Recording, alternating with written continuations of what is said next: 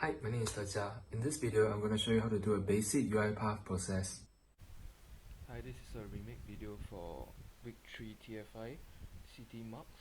In this week's practical, we have to download a CT marks Excel sheet which has 3 sheets within it, and we are to collate all the marks and comes out with an average in a new document named the CT marks consolidated. Before we even start with the UiPath scripts, we look at the Excel sheets which contain 3 sheets of class and marks value. Before I even begin to explain the details, let me just run the file first to see that it's working. Okay, you can see that it's working correctly, so let me explain how it's done. So firstly, we retrieve the sheet names under CT marks, which we use Excel get workbook sheets activity, and later on we read and write the data under CT marks consolidated. If the system cannot detect any file that is named this, they will just generate it. Then we assign a counter which started at 1.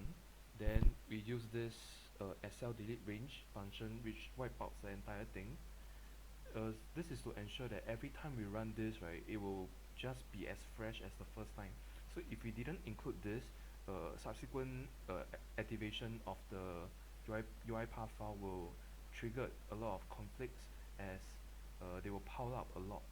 Then later on we use a for each loop and incrementally read the range out in the temporary sheets, and we name this as sheet.toString. Then every time we run this, it will check that if the counter is equals to 1. If it is the first time it's run, then we will create a read range which specify the location that we are to add first for the sheet 1, which is at A1. If it's not the first time it's run, then we can just append the sheets under sheet 1. Then every time this is run, we add a value to the counter, so the system can detect that whether this is the first iterations.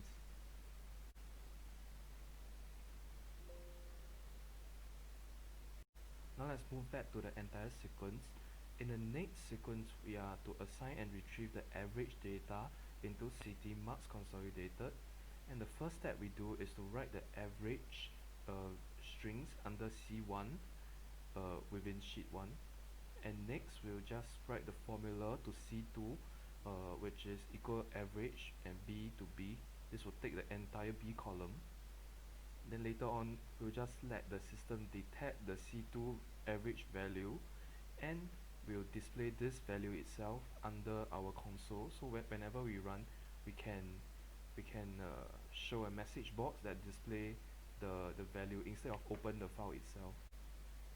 So this is basically every time we run the script, they will generate the average value based on the values they retrieve from CT marks, and they consolidate into a CT marks consolidated, which is here.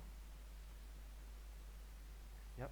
So this is all the values that they retrieve from the original CT marks, and this is the average that we talked about just now, and this is the formula that we added. So this is how I retrieve the average marks for all the classes. Thank you for watching.